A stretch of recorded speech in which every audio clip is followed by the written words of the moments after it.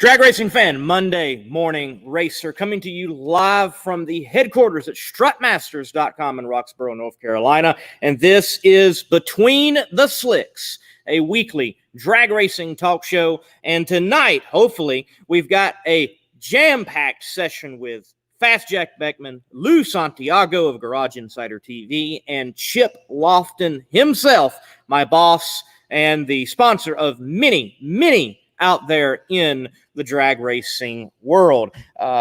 Folks, do just like Brandon has done.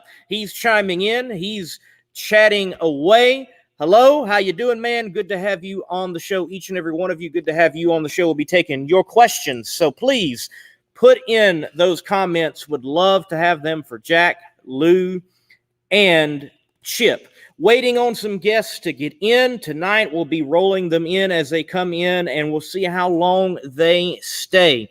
Let me start with some drag racing news to prime the pump, as it were, to get the discussion going. There is a lot that we can discuss with our guests and with you as valued viewers here on Between the Slicks. So, this weekend, I want you to know in Knoxville, Tennessee, the greatest drag racing reenactment that there is will be happening, will be going down in Knoxville, Tennessee. That's the Southeast Gassers Association.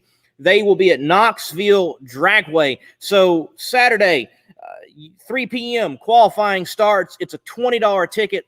Guys, if you want to see what drag racing was like in 1967, they have got it going on. It is a great show. But not only is it a great show, it is spectacular competition. Heads up, old school drag racing, dry hops, backup girls, looking like it was 1967. They truly have got a drag racing reenactment going on. Sam Smith, Slammin' Sam. Yes, how you doing, man? Good to have you in the house. Good to have you on with us tonight. Looking forward to the guests that we've got as they come in. Also, this weekend, I will be there. The rescheduled Gator Nationals in Gainesville, Florida is this weekend. Now, that's not without controversy, though. The pro purses have been slashed. Yes, the pro purses have been slashed in light of the pandemic, what the NHRA is going through, and it has caused a great stir since that announcement 2 weeks ago coming into this event. And you have, in essence, many who are stating that, why do we even show up and run? Others are saying, look, we haven't ran for the purse in a long time anyway. It just offset some costs. Ultimately, we've got to have sponsors to do this at the pro level. And I do think it is a bad look for the NHRA that they announce how little amount of money that these pro drivers, these pro teams are actually running for.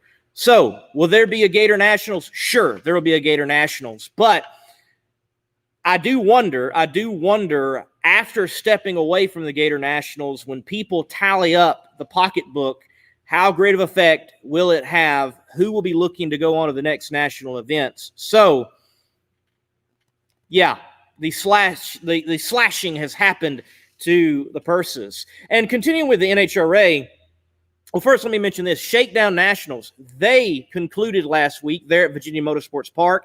And I'm not going to go over the winners in every category, but let me say this. Records were smashed. It was spectacular air. It was spectacular conditions. That track at Virginia Motorsports Park is absolutely stellar.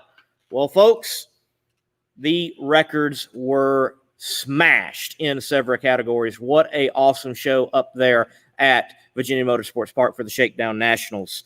And lastly, in drag racing news, the NHRA announced that they have filed a lawsuit against the Coca-Cola Company. Coca-Cola, long-standing series sponsor. They have been in the sport for decades. Powerade, Full Throttle Energy, Mellow Yellow.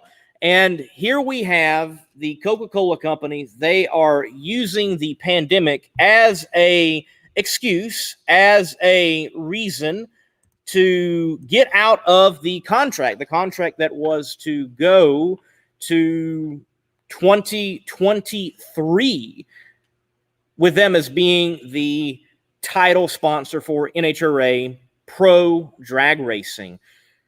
Well, there's been a payment missed. The NHRA has been like, hey, where's our payment? And Coca-Cola is like, we're not paying you. The NHRA has filed a lawsuit to, well, make sure that the Coca-Cola company holds up its end of the bargain. Let me say this with this lawsuit. I know many folks have said that this does not look good for the NHRA. I think that's true. It doesn't look good for the NHRA, but I think it also doesn't look good for Coca-Cola. I'm curious on this, not the looks, but what is the precedent, one, that is already out there for a sponsor to a series? What is the precedent? What is already on the books that these lawyers of both sides are going to look at and to argue from? And what precedent could be set from this? I hope that there is a positive precedent set, that in sponsorship, sponsors are going to have to hold up their end of the bargain. Because frankly, what we're dealing with in 2020 with the coronavirus pandemic, I don't think sponsors have had to deal with this ever before. Teams and drivers have not had to deal with this ever before. And everybody's hurting. That's true. Everybody's hurting. That's true. But you still need to keep your obligations, or within the contract, work out another deal. Say, we understand that this is a challenging year. We understand these are challenging circumstances. Let's work it out to the benefit of both parties. Imagine how tough it's been for the NHRA to have a payment bounce, as it were, and they're trying to run professional categories. Imagine how hard, imagine how tough it has been. And I think that really puts into context now a limited schedule, now the slashed purses. Possibly the NHRA should have handled the PR better, maybe announced the Coke thing first before slashing the purses. That might have been the correct order to do it. Nonetheless, I'm curious at what this will establish precedent-wise for the future. After this ruling, let's say it's settled out of court and the NHRA gets a little bit out of it, but not what they should have. Then the Coca-Cola moves on. Where does this put sponsorship? What if it goes all the way through the court system and there are actually rulings? The judge lays down the gavel and it's in favor of the NHRA. How will people look at sponsoring motorsports and series such as the NHRA, no matter what type of motorsport it is? I think the implications of this lawsuit, I don't think we understand the ramifications yet. I don't think we will understand fully the ramifications until 20, 30 years down the road. I do think this is a great opportunity, nonetheless, for the NHRA to hit the reset button, to redesign, redevelop themselves, and you never know who they might pick up. I know many of you already know that. You've seen on Twitter, in social media, kudos to the NHRA Twitter account, whoever's running that. They have been the most active I think I've ever seen them, and at an opportune time. The CEO of Camping World, and Camping World has already been involved in motorsports, chimed in and said, hey, NHRA, we keep our commitments. And there was an interest from the CEO of Camping World to the NHRA about sponsoring the NHRA as a title sponsor. And the NHRA chimed in, and others from the NHRA have chimed in. And I think that'd be a great fit. Look how much camping goes on at a NHRA national event. Let's just take a limited U.S. Nationals, for example. There are overhead shots. Those overhead shots show a pits that is full with almost 900 cars. And with those 900 cars, you have and trailer. Oftentimes it's camper and trailer, or people are setting up tents and they got their camping gear and they're camping at the races while they're racing, or as fans enjoying the races. I think Camping World would be a good fit, no matter what the politics of the CEO may be. He obviously is a good businessman to be the CEO of what he is. Maybe he just sees the value of $1 spent to get $1 earned in business with people who definitely know their camping in the drag racing world. So please feel free to chime in. Let me bring in a few comments. I'm waiting on guests, not sure what's happening. Hey, going live, you never know. It's things like that can happen. Doug, I want to point this out. Doug, he's chiming in from Twitter, from Periscope. Yes, you can watch Between the Slicks live on Twitter/Periscope. He says, definitely looks worse for Coke. I agree. You have to wonder in the future, will people be a bit offstandish to Coke and them being involved with Coke, with what they're doing and what they're saying. Johnny Placino, thank you for watching. Man, Johnny Placino says, I like the hat tonight, Lee. Yeah, wearing the PDRA hat. I love, in particular, this kind of like charcoal mesh from Classic Graphics. Look, if you're looking for PDRA swag, check out Classic Graphics with an X.com, and you can pick up PDRA swag. Looking forward to being back out at the PDRA. TJ Barkley, let's see what he's saying from Facebook. The pay cuts and the low number of crowds didn't help from the NHRA either. Just saying. Definitely, TJ, it does not help. But that's why I mentioned, why didn't everybody come to the table and say, what can we work out, and not get to a lawsuit? I wonder if that communication happened. Don't know. I will say this. I was in a PR meeting this week with the NHRA. I actually got to see the face of Glenn Cromwell, the president of NHRA Drag Racing. First time I've ever seen him. And it was interesting. The PR meeting was quite interesting to sit in, to hear what the NHRA had to say. And they revealed to everyone in this PR meeting with Top Fuel and Funny Car classes what was going on. And it's interesting to me that Coke made the move they did when, yes, though there's limited races and though the crowds are smaller, the TV numbers for the NHRA are in fact up. They're doing very well. I think it's like 1.5 million people, not including re-airs, actually watched the U.S. Nationals in some shape, form, or fashion. 1.5 million people. It beat out other sporting events and other motorsports, the NHRA did. What the NHRA was transparent about in that PR meeting is that they already do have leads going into 2021 for a title sponsor with or without Coke, which I think we can assume it's definitely going to be without Coke at this point.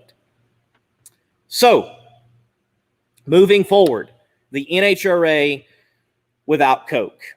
I'm curious, those of you that are watching, again, I want you to know I'm stalling. I don't have a guest in right now. Don't know what's going on there. Things happen. You out there, who would you like to see come in and be the title sponsor for NHRA drag racing? We've mentioned Camping World.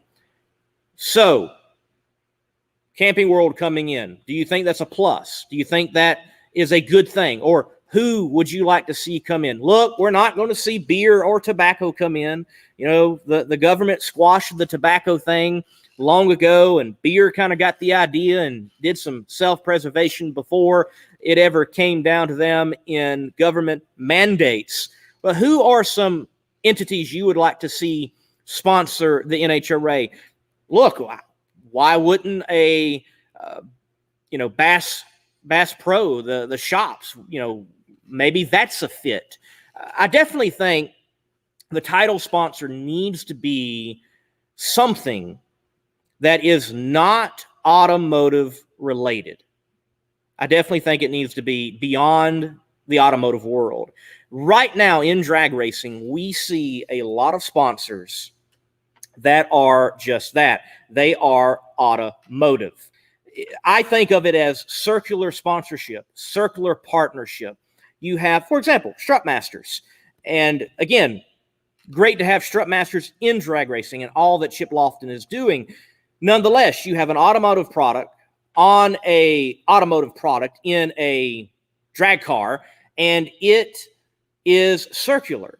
You have someone see Strutmasters, and they look at Strutmasters for their car off of a car while enjoying cars.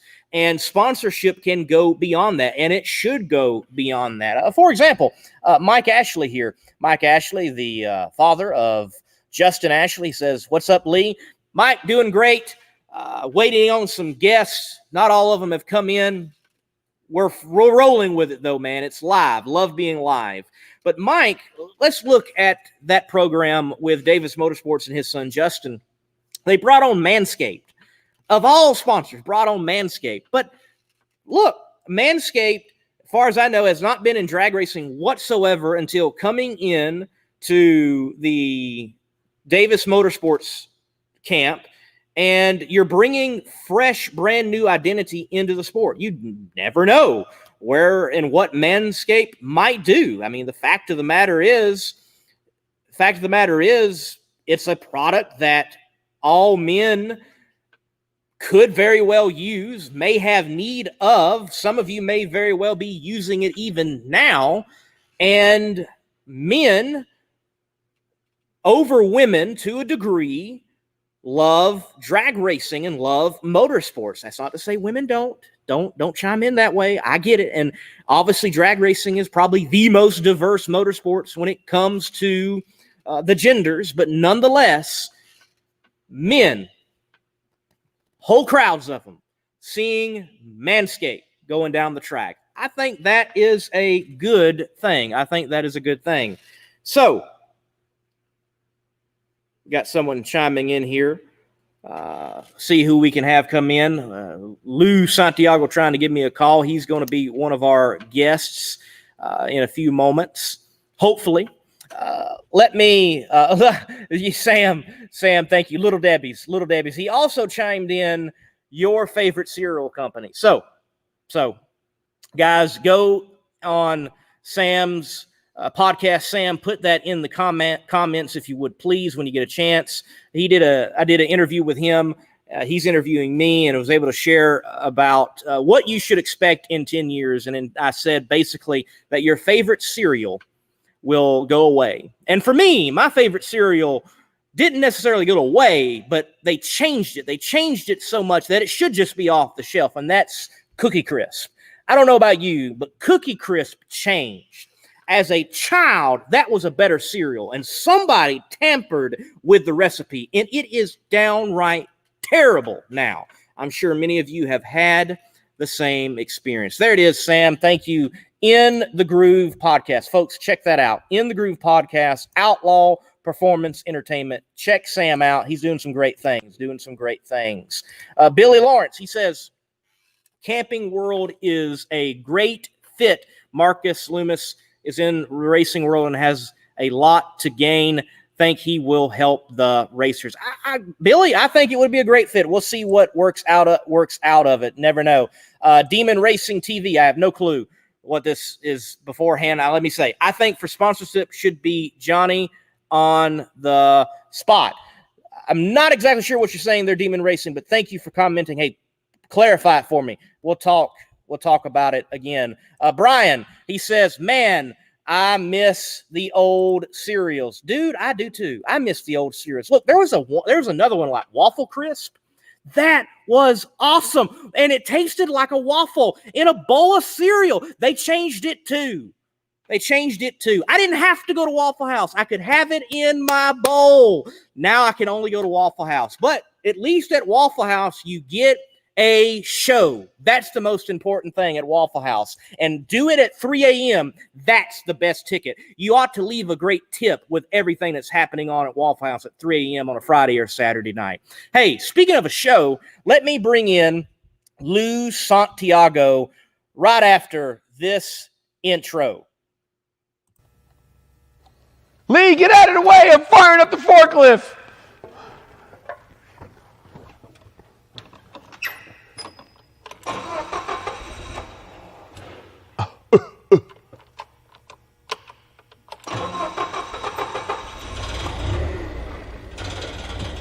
Yeah, baby.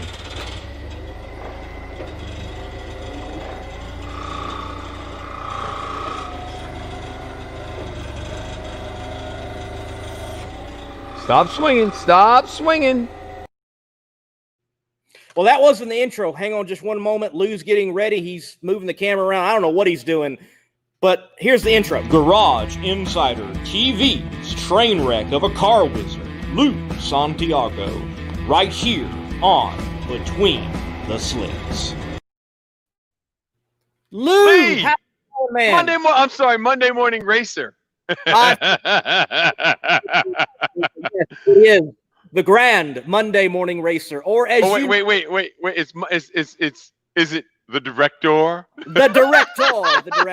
So, folks, look, it's been a joy to work with Lou Santiago. Lou, look, man, first off, let me ask this. This is a drag racing talk show, and you're on, and we obviously want to talk about Garage Insider TV and the great things you've got going on, but we can talk about drag racing. Yeah, we're going to do that. We're going to do that because the first question for you, man, is this.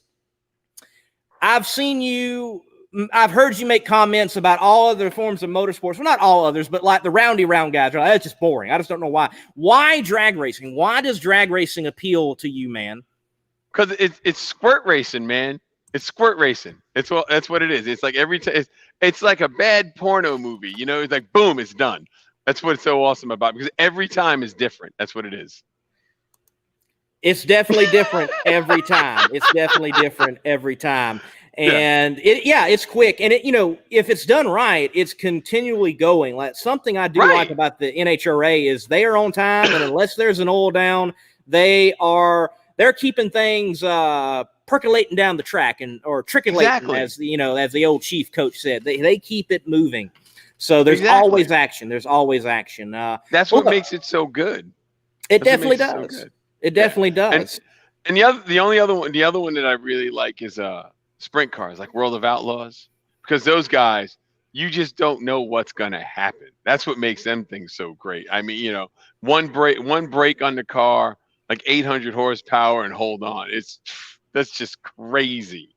That's what I like about them. Yeah. So. Mike Ashley chimes in. I can't believe I'm bringing this comment up. He says, "Is Lou saying my son is a porno star?" That's Justin Ashley. He's the driver of the Top Fueler. That's his dad, Miles. Mike. If he is, his name. If he is, is his name Miles Long? Oh man, we have descended into this. Here we go, folks. I deal with this all the time. I was not joking in that intro when I said train wreck of a car wizard, but it's definitely a fun time. So Lou, man, look, everybody's asking, where is Lou Santiago? I mean, do you know Carmen Sandiego at this point, for goodness sakes? But where are you and what are you doing? Because people aren't finding you on TV. So what's going on? I'm at Central Piedmont Community College. I teach a class called Restoration. And basically what it is $250 gets you 16 weeks. You bring your car in. If you're here at least 3 days a week, your car stays inside.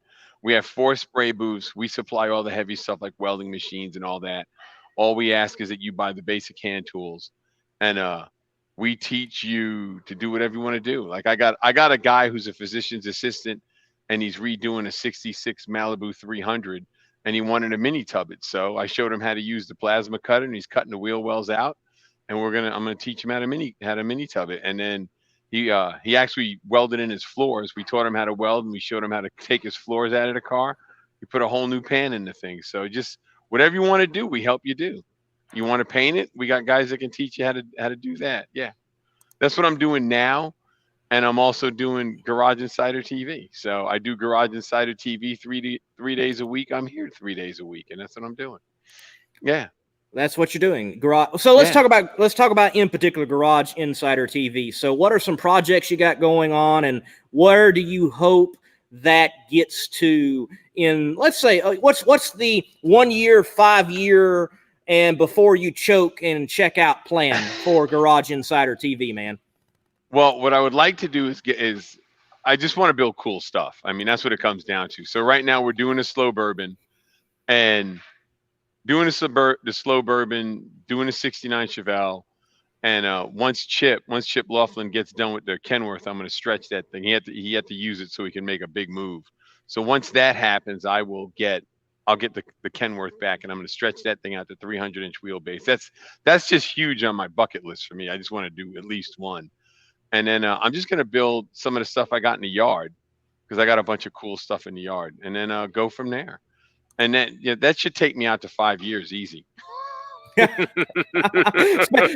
at the rate we're moving right now. I had someone earlier chime in, the slow bourbon, and that it's coming along, and I'm like, yes, slowly, it's living up to its name. Yeah. But hey, it's moving. But here's the thing, Lee. I mean, this is the thing I've learned from TV. When I talk to people, it shows they'll come up to me and say, well, when you were doing this, what happened when you got to this point? Because of TV, you can't. You're restricted on time so bad. So I would rather just teach every step. It doesn't, I mean, realistically, it doesn't matter to me that it's taken a long time. In 5 years, if I get 3 cars done, I'm still good with it, because there's so much information out there that, people are always asking me stuff. So why not just do that and call it a day? I mean, right now, realistically, I could be there working, but why? I would rather teach. So that's what I'm going to do. Yeah. Stellar, man. Stellar. The heart of a teacher. Well, look, you hang on. We're going to take a quick break. I'm going to deal with some comments. When we come back, let's go ahead and drop those best instructor stories. I know you've got some good ones. I do too. So we'll be back with you just in a moment. So, folks, look, let me say thank you to a few folks, and I'm going to bring up a couple of comments and say thank you there. Hero Soap Company is a veteran-owned establishment that produces all-natural, essential oils-infused soap that is sold with a portion of the proceeds supporting other veteran groups. Hero Soap Company. Heroes supporting heroes. Be a hero yourself and buy a bar and let freedom clean.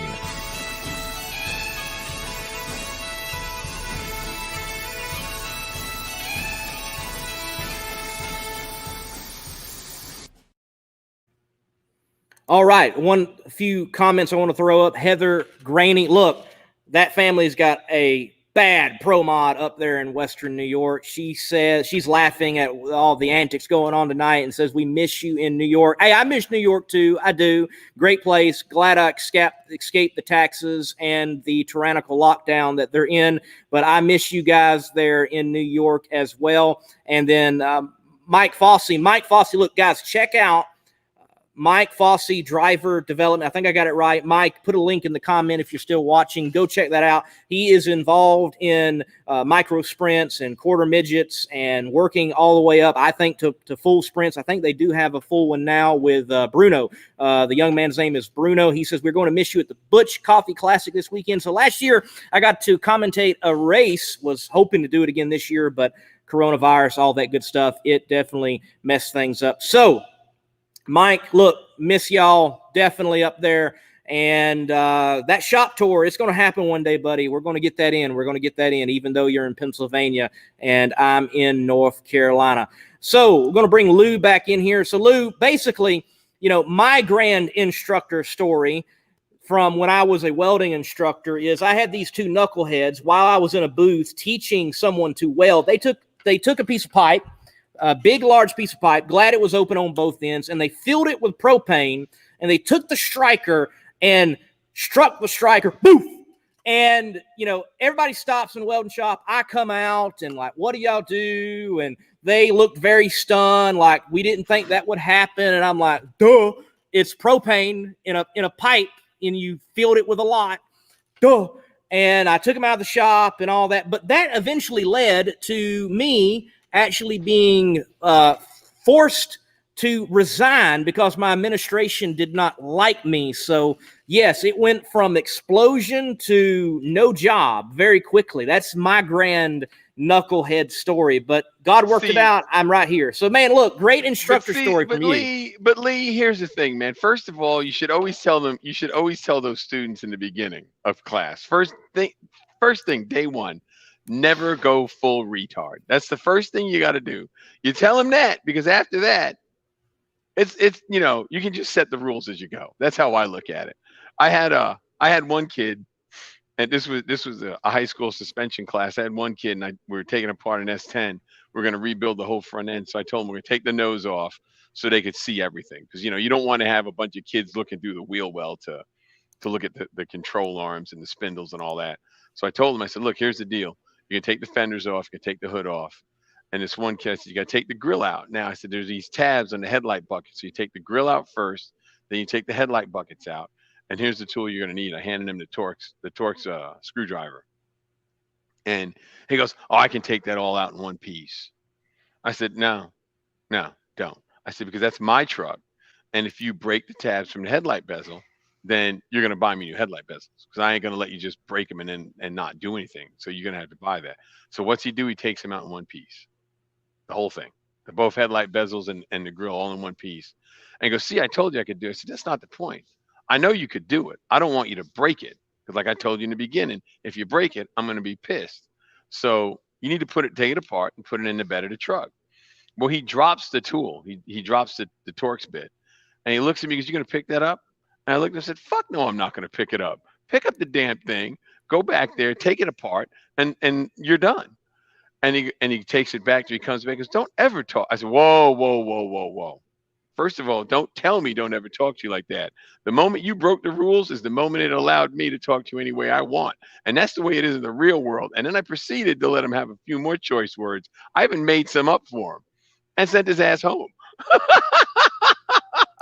And I'm still here. Well, definitely in the professor system, the adjunct professor, there's a lot of authority there. And I wish I had that authority when I was a high school welding instructor, because there are some kids that definitely needed to get gone from the shop. So, Lou, look, man, since we don't have Jack on at the moment, let's talk about him. I don't know. I don't know what happened. I don't know. Don't know what happened. I don't know if he's having technical difficulties or what. But anyway, let's talk about him, because you've had it happens. It happens. He'll probably come in. Watch him come in at 9. I bet that's what's going to happen. And I'm gonna have a on hand hour and a half special all of a sudden that wasn't announced. But so you've known Jack for a while, and y'all have got a common connection in that he's an Air Force veteran. You're a Navy veteran. CB's it's to be Chair Force. Chair Force. Yes, Chair Force. So I've got to ask, how did you meet Jack, and what do you think of Jack Beckman as a person and as a racer? I think Jack's a great guy. And I'm not just saying that because it's Jack Beckman. He's really a genuine guy, and he's a super nice guy. And I met Jack. I actually met Jack at a show, and I was signing autographs, and then he came in. He did the next couple of hours at the show, and I hung out, and we just started talking. And then he's just a good guy. And then after that, I saw him at another show. We just bumped into each other, and we gave each other crap. And then I went to Atlanta, and this was 2 years ago. Yeah, 2 years ago. My at the time, my now daughter-in-law, she had been to the local drag races here in Mooresville, and she had never seen the big guys run. So I called Ron Capps, because I had met Ron that winter, and I asked Ron if he could get me 3 tickets. So we went down to Atlanta, me, my son, and Casey. Casey's her name. And we were waiting for them to come in, because we got there early, probably like an hour early. So we were walking around, and I saw Jack. I was talking to Ron, and I saw Jack. So we went over there, and Jack's guys were closer to getting the engine ready to fire off than Ron's guys were. So I went over there, and I talked to Jack, and I said, Jack, this is Casey. She's my future daughter-in-law. She's never seen one of these cars run down the track. And Jack, he goes, so let me tell you how this is going to work, Casey. So when this thing fires off, you're going to hate me. Your eyes are going to water. Your nose is going to run. It's going to be loud. It's going to be violent.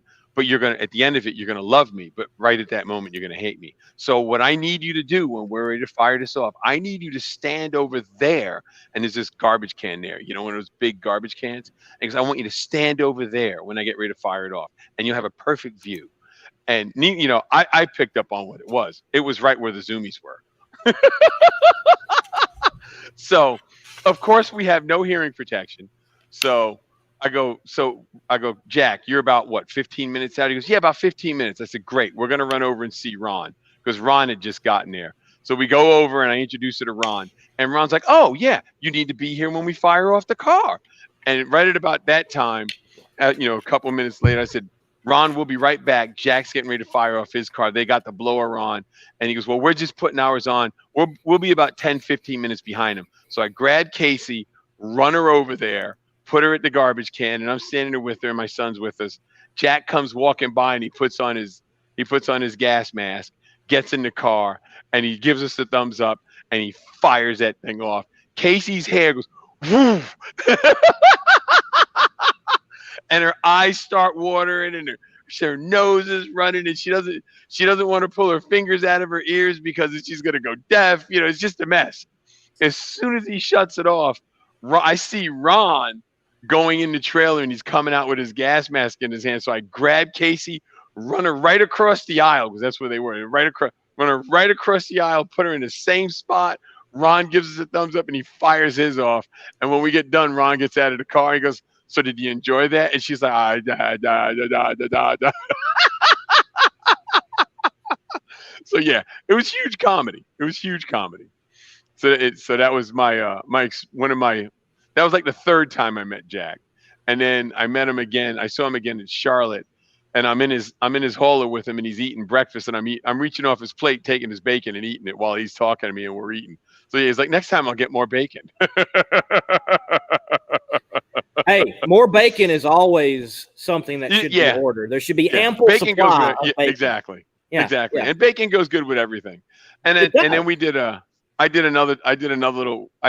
helping another friend of mine, Lee, with his podcast, and we had Jack come on there too. So I met Jack probably 4 or 5 times. Yeah. Just like where we've talked, and it's been a good time every time. Yeah. Right. So, well, I know at this point, you know, unless he comes on at 9, I'm definitely at the He won't Gators. be here. Yeah. I'm at Gators. I'm like, Jack, dude, you know, come on. We'll have Jack on before long, though. No problems, no worries. I was, definitely looking forward to having him on. I felt like I had some great questions lined up, and and I'm sure you do. Because you know, folks, those of you watching, you know, I wasn't going to ask him like, well, what was your U.S. Nationals like? I'm sure it was great. You won it, and it's, you know, that's been dealt with. I think there's much more fascinating questions with Jack than just you're the last event winner. How did it go? Tell us about your Sunday. I really think there's more questions than that. So speaking, no, when you say Sunday, you got to say, how was your Sunday? Sunday. Right. All those old classic radio ads, definitely. Well, look, Brandon DePoy says this. He, I believe he's referring to Jack Beckman, sat behind my aunt and I with his team to watch the finals at the NHRA Dodge Indy Nats. Nice guy. So, you know, that's something that fascinates me about Jack is he has great fan interaction, even though we should count him as a celebrity. He's one of those few people in humanity that has reached that status. And you're a very down-to-earth guy yourself and will chat with anyone. So, look, how do you keep yourself from letting, you know, celebrityism, as it were, change you, twist you, and you stay Lou, Jack stays Jack, you know, Lee stays Lee? How do you do it, man? Yeah.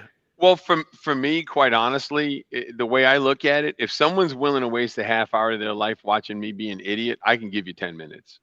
Honestly, that's just how it is. Now, and something else that I've noticed about a lot of these people, the ones that are jackasses for the most part, they're not comfortable in their own skin. That's my opinion. They're not comfortable in their own skin, and that's why they're jerks to people. I mean, at the end of the day, if it wasn't for people watching me be an idiot on TV or even YouTube, there wouldn't be any sense in doing it because no one's going to watch. That's why a lot of these guys, when they get done with TV, they just disappear because no one wants to deal with them again. If you're going to get out there and be a diva and complain about everything, who's going to want to deal with you? I mean, to me, it's just that simple. So I just feel there's no reason for me to be a jackass to anybody. Very cool. Very cool. Down to earth. Well, I'm missing another guest. Chip has not arrived as well. Man, What the hell? It's become the Lee and Lou show tonight. The Lee and Lou show. There it is. Yeah, there it is. There it is. Folks, look, feel free to chime in and ask Lou any question you might have. Ask myself, the Monday Morning Racer, any question you might have. So, Lou, look, the Gator Nationals are coming up this weekend. It's a rescheduled Gator Nationals, completely different weather. Look, how do you think this Gator Nationals is going to go, being in a different time frame than what it normally is? And what do you expect? What do you think what do you think the top news story will be? I really don't think there's going to be much of a change because you got to remember something. These guys, it's especially the top fuel and the funny car, and even the super stock level and the pro stock level, all the pro ranks, I should say, those guys, they've got so much data now that they can reference. They can go out there and go, oh yeah, the track, it's 80 degrees today. The track is about 105. We're gonna put the number 18 tune in it. And you know what I mean? That's what's gonna happen. I mean, they've got so much data because of computers and the wealth of knowledge that they've accumulated. It's gonna come down to a slugfest. Who makes the first mistake is the one who's gonna be out. You know what I mean? And nobody wants to go out in the first round, but it's inevitable. So that's what I see. Yep. There's always a first round loser. I mean, in fact, there is always 8. Yes, there's 16 cars. So there's always 8 first round losers. Math is not my greatest subject, so I had to do some thinking there. And that's dangerous for you folks out there watching. Very dangerous. Yes. But I'm holding my mouse to do the show, so I can't use that hand. I was in trouble. That's why I had to. So the big question is, did you do new math? Because they have new math now. No. I was under. I came up under the old math. I'm good. The new math, we are messed up if they continue to run with that. Definitely. Brian, thank you for chiming in. He says that the conditions will make it fast. I agree. I think it's going to be fast. I think it's going to be. Oh yeah. I think it's going to be one of those deals where it is going to be fast, or people just smoke the tires off the line. I think it's going to be that range where we're at, because there's only 2 qualifiers. Right, but when you stop and think about it, it still comes down to that wealth of knowledge that they have. I mean, the first couple of cars that go down, those are the guinea pigs. I mean, honestly, they're the guinea pigs, and then everyone, and because you always have that guy that you always have everybody's on the line to watch the first couple of cars run, and then they go back. Okay, we need to put this tune in.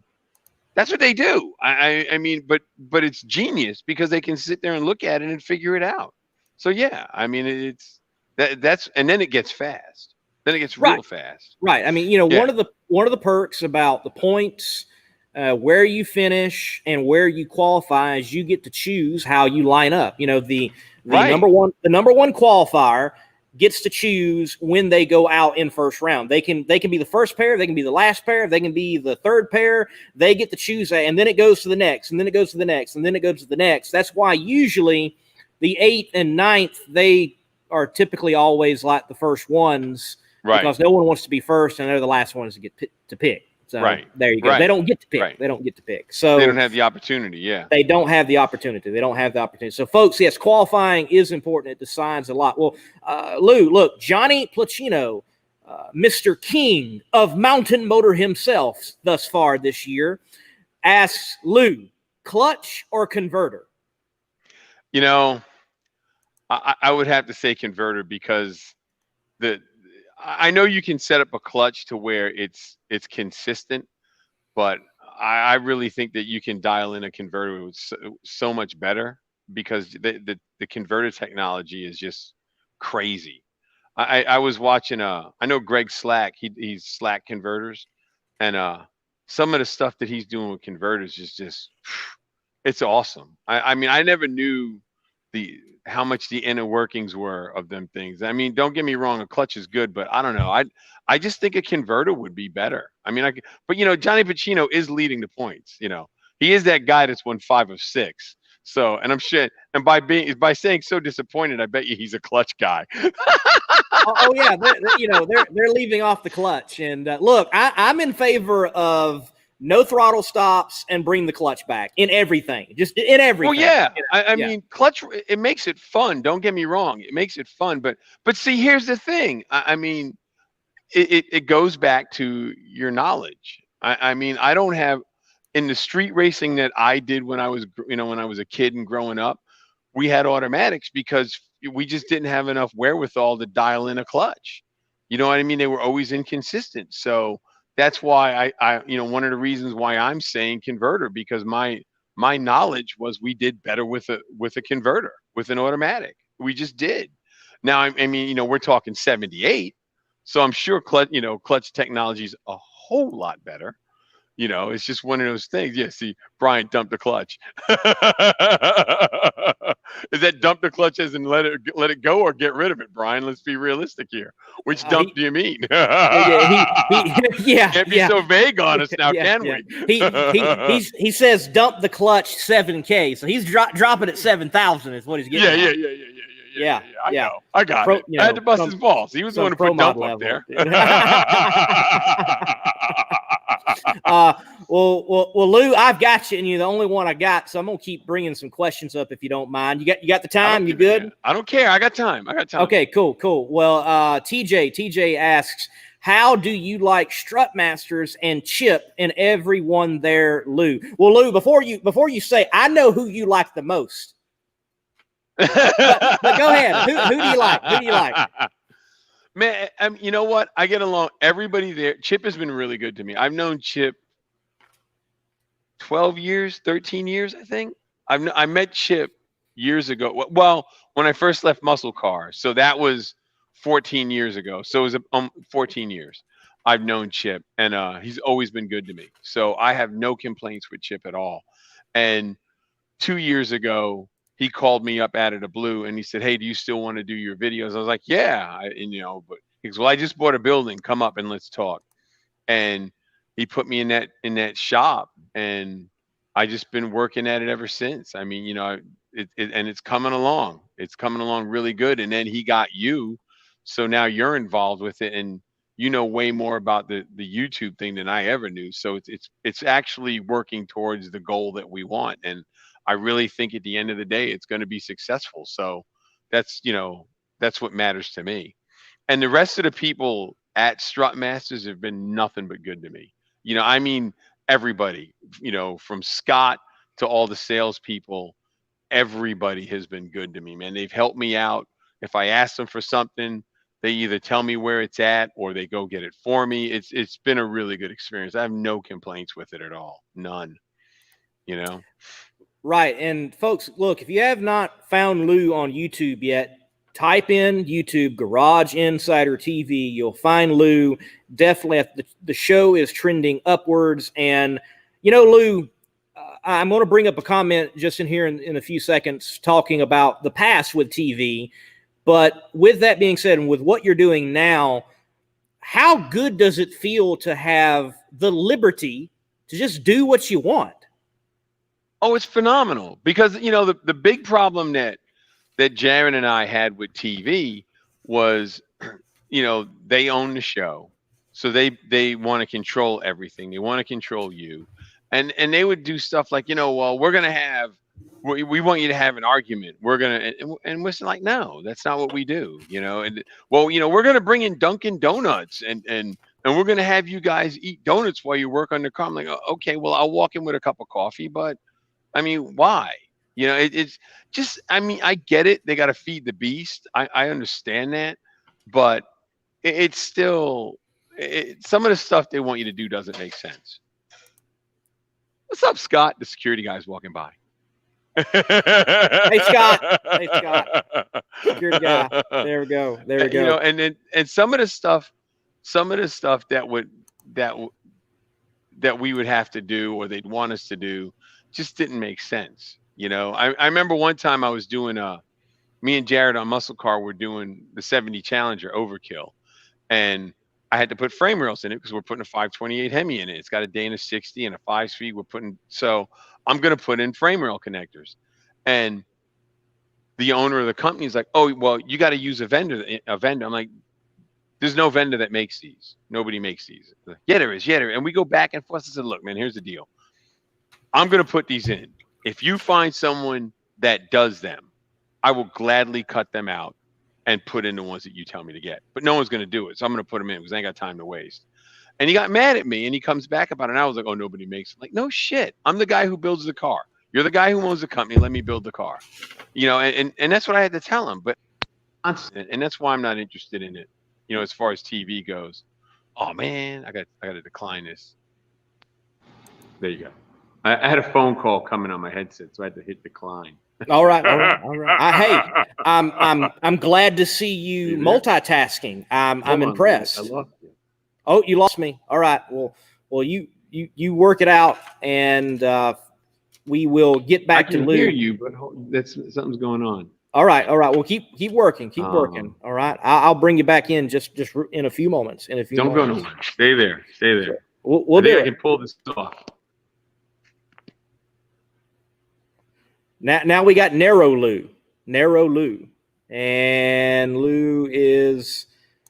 We will bring Lou back as we wind down the show, folks. Sorry, I know I said we're going to have Jack Beckman. I know I said we're going to have Chip Lofton, but I don't know what happened.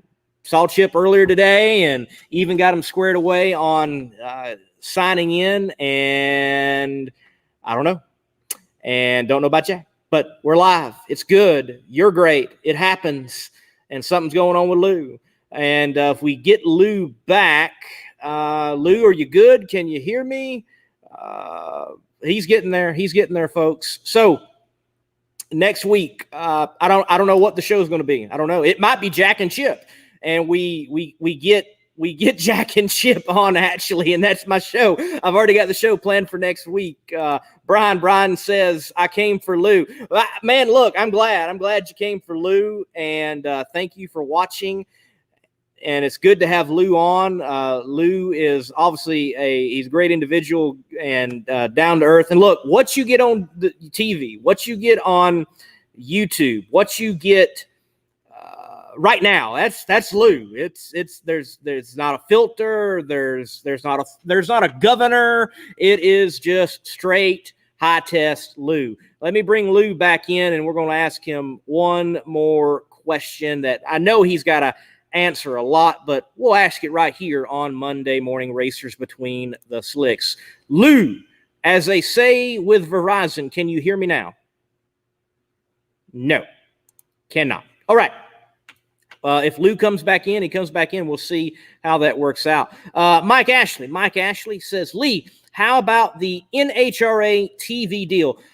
Mike, in the day and time we live in, the fact of the matter is, even though you see streaming platforms continuing to go up and move forward and become the way in which people consume entertainment, TV is still king. And for a broadcast company like Fox to say, hey, we value your program enough to re-up, and not just re-up, but actually give more coverage. If I'm not mistaken, what I remember from the PR meeting, it was a double effect. It was doubling the amount of time spent on Big Fox, the capital F, capital O, capital X, not just FS1, not just FS2, not just FS extra anything, but actually on Big Fox. There's going to be more races, NHRA drag racing, on Big Fox. That right there is huge. Why? Because when you are a team owner, when you're the series itself, the NHRA, and you're looking at potential title sponsors, or you're looking for sponsors on the side of that dragster, funny car, pro stocker, pro stock motorcycle, whatever it might be, you're able to say, look, when we were on Big Fox, we had 1.5 million viewers. This car went rounds. You have the potential for 1.5 million eyeballs on this car with our performance. And as Mike is also adding, yes, a lead in from the NFL. And that right there is a part that I did fail to mention, and it's huge. What that means, the way they phrase it, is an adjacent broadcast. That is to say, you're watching your NFL football, which I haven't done, by the way, this year. You're watching your NFL football, which if you're Justin Ashley, I don't know why. He's a Jets fan. You're watching your NFL football. The game ends. You're like, oh, what am I going to watch? Oh, you know what? I'll watch that drag racing thing they mentioned in the fourth quarter at the 2-minute drill or the 2-minute warning. I'll watch that. And on comes drag racing right after the NFL. And folks, the NFL is still the top when it comes to TV. So it's good for NHRA drag racing to be the act right behind the NFL. Definitely. All right, we're going to bring Lou in. Lou, I'm can back. you hear me now? Yes. Yes, I can. I don't know what Yes. I think what happened was when I declined that call, it disconnected the Bluetooth, I'm guessing. So I just went out, restarted it, came back in. That's what I did. I just figured that'd make more sense. There you So, go, man. There you and go. I've got my mood lighting going on here. Here, let me turn them Yeah, on. man. Yeah. Got I'm the in the new bourbon. right. So folks, if you haven't, there's the slow bourbon, which is being worked on right now in the shop at Garage Insider TV. Lou is sitting in the new bourbon. Now, folks, it's not new. It's just new to him. Therefore, it's the new bourbon. Right. But it's had tail light issues, and he's been working on that. And that's even mentioned in the show. There's like 2 other Suburbans in the shop in the wings waiting. There's the low bourbon. We also have a low bourbon. Yep. That's the one that's already lowered, which I'm going to part out. And then I'm going to have the toe bourbon. And toe is going to be TOE. Man. Slow, new, low, and toe. My. Suburban specialties, as I say. The toe is going to I'm going to put one corporate 14 under the back with dually, make it a dually, and then up front put the 1-ton brakes and put the fenders on it. And I'm going to lower it. And that one, what I'll do is my son and his wife just got a camper, and they have nothing to tow it with. So I'm going to let them use that to tow it. So this way, they can pull the 27-foot camper, and I get something cool. There you go.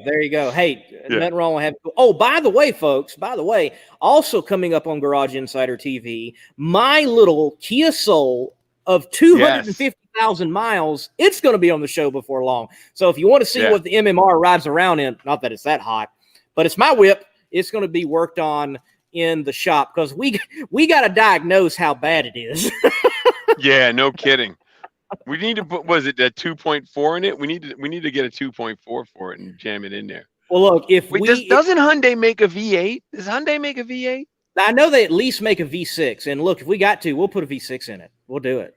Because I thought they put one in the Genesis platform. I think they have. Yes, that's what we need to look for. We need to see if they'll give us a V8 and a transmission. Folks, V8 Soul. Oh yeah. Turn that baby 90 degrees, make it rear wheel drive. We could do a rear end. Oh yeah. I'm thinking autocross. Oh yes. All right. Well, Lou, so one last question for you here on the Lou and Lee show, as it's turned into tonight. Dale Hadley says, what happened with the show Car Fix? Had it just run its course? What happened with Car Fix, man? No, what happened was it came down simply. It's as simple as this. It came down to they didn't want to play. I mean, that's the God's honest truth. We wanted more money. We were told take it or leave it, and we decided to leave it. So we were just done. I mean, we weren't at. It's not like we were asking for $20,000 an episode. We asked for what we thought was a very fair amount. And they didn't even want to negotiate is what it comes down to. We were literally, I got an email that said, take it or leave it. And we left it. I told Jared, and he was cool with that. So Jared's doing Amazon right now. He's got 4 or 5 episodes of Rad Rides by Troy on there, which is, I think, a really good show, just because you get to see the stuff that Rad Rides is building. And I'm doing the YouTube thing, so that's where we are. Yeah. All right, man. Well, thank you very much for your time. And thank you for actually showing up. It was going to be a long show without anybody. So I've got to talk to Jack. I've got to talk to Chip, figure out what in the world happened. And look, I'm sorry to all you as fans. I definitely thought we'd have a great show. It turned out to be a great show nonetheless. But no, I did definitely think we were going to have Jack and Chip, and we'll figure out what happened. But Lou, man, thank you for being on Between the Slicks. We'll have you on another time. And folks, we're going to get him to the track soon, and MMR is going to have the camera on him, and we're going to see what all ensues from his the presence. 3-ring circus. Yes. Well, Lou, man, thank you. Appreciate your time. No problem, guys. You take it easy. And you know what? Maybe one day the Pacinos will let me see how that clutch works. Hey, we'll have to work that out. Take care, man. All right, later. All right, folks, there goes Lou Santiago. Great to have him on. At least one guest tonight. It worked out. I want to close with this. Brian mentions we need a show, and he's referring to the NHRA, to draw them in, fans, new people to the sport. We do need new people coming to the sport. Bring back big burnouts and some dry hops, nostalgia funny cars. They need entertainment, something more than just numbers on the scoreboard. Brian, I agree with that for the most part. I definitely think over time there has been a loss of showmanship in the professional categories. I definitely think there needs to be some showmanship come back. Look, it may not need to happen anymore in the tune-ups, but a throttle whack, even a baby one. I mean, it's 10,000 horsepower. Let us experience. The Leverage family can do 2. Folks, if you're not following the Leverage family racing team on Facebook, Leverage Racing, they do 2 throttle whacks for each warm-up when they're able to do it. So we need those throttle whacks back. Dry hops. It would be cool to see it again. I understand now that, it obviously puts heat in the clutch and that affects the tune. I get it. Over nostalgia funny cars, this is what I would like to see. The funny car body is actually just looking more like a car. I think it would be cool to see a modern interpretation of a Charger, the Toyota, the Mustang, as a funny car body. It'd be nostalgia-esque, but it'd be modern. I don't think that's hard to do. The issue is, I get it. I asked J.R. Todd once, could we ever see that? And he's like, we just want to go as fast as we can. And I get that. But there's also the element of the cars being slower and safety. And I think that's a balancing act of, look, what if we had cars that look more like the stock body, even for funny car, and therefore they slow down a bit. There's an element of that they're so fast there's not much of a show. Look, what run from Indy got the most attention and the most exposure? It was the Sean Langdon and Justin Ashley Pedal Fest. I would argue that's the one that got the most buzz around it. Why? Because it's entertaining. Yeah, they didn't go 300 miles per hour, but it's entertaining to see drivers on and off the throttle trying to get to the 1,000-foot marker first, and the smoke billowing off the tires and the cars out of shape. It's just freaking awesome. And not to say that we need to set up Pedal Fest, but I agree with you, man. There definitely needs to be an entertainment side of it. I also, let me take some time. There's some thoughts running through my head. And on the hospitality side of things, and let me answer this. Jeff Miller, if you go to Monday Morning Racer, Garage Insider TV is one of the featured channels, and you can access it that way. That's one way you can access it. But I will put it in the comments when I get an opportunity. So I think there's some things on the hospitality side that could be done. And yeah, the teams would need a little bit more room for this, but just imagine, if you would, and this is something small teams could do, and I hope in the future I can work this out. Imagine like a fenced-off area. Imagine a fenced-off area. You have some cornhole, maybe some other lawn games. There's some high tables. People can sit. They can watch the guys as they work. Maybe a local brewery sponsors it, and we work out a deal if people can have, a couple of beers and relax, throw cornhole, enjoy the nitro cars the guys are working on them. Well, why not this too? After the warm-up, have a small informal driver Q&A. The driver gets out of the car, goes to the back of the trailer, they're up on their soapbox, the guys interview him. You have a 5, 10, 15-minute little Q&A right before qualifying runs. I get it really can't be done on Sunday, but make qualifying day another special day. My biggest thing that I think needs to happen, whatever day that they can put it in, is true nighttime nitro qualifying. You don't need, with nitro methane drag racing, extra fireworks. You have them. There's 8 of them per car. I can remember Southern Nationals as a kid. Nighttime, true nighttime. Dean Scusa, John Force, long burnouts. The header flames. It was just so awesome. And it was great this last time at Indy with the U.S. Nationals. They had a true nighttime qualifying session, and it was spectacular. And it was spectacular to film it.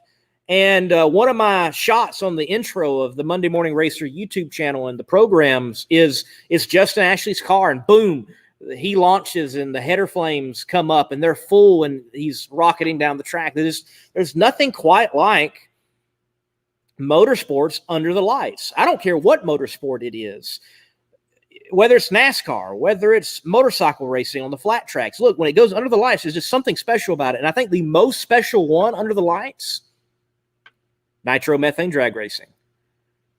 Nitromethane drag racing.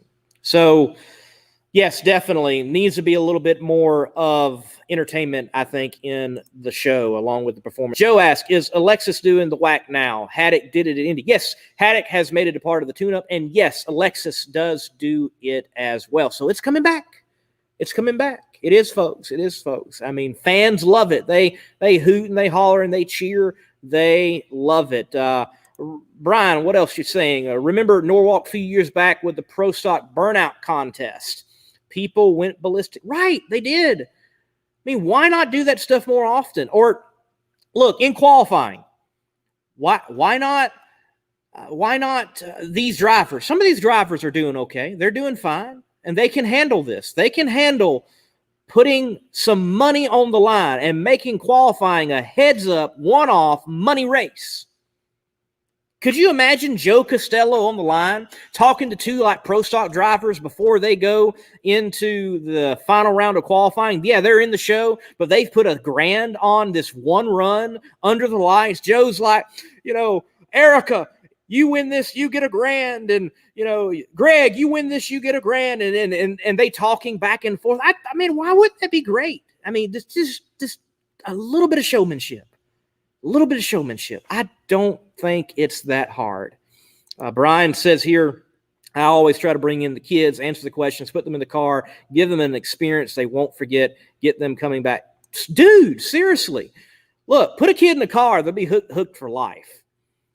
Let an adult have some time near the car. I mean, we'll just let the pit pass, the value of that become that much more greater. And look, the gatekeepers, the line keepers, they're the crew members of the drivers. They are those people. So, folks, yeah, we need just a little bit more entertainment, I think, in it. I agree. We need some showmanship. We need some more burn downs, things of that nature. We do. I agree. Folks, look, thank you for watching the Lee and Lou show tonight. Deeply sorry. I don't like to advertise that we're going to have particular guests, and then we don't have those guests. But it's live. The show must go on, as the quip says, and we have done just that. At least I've attempted to do so. So, folks, thank you for watching Between the Slicks with yours truly, the Monday Morning Racer. Be sure to like Monday Morning Racer on Facebook, YouTube, Twitter, Instagram. Heading to the Gator Nationals.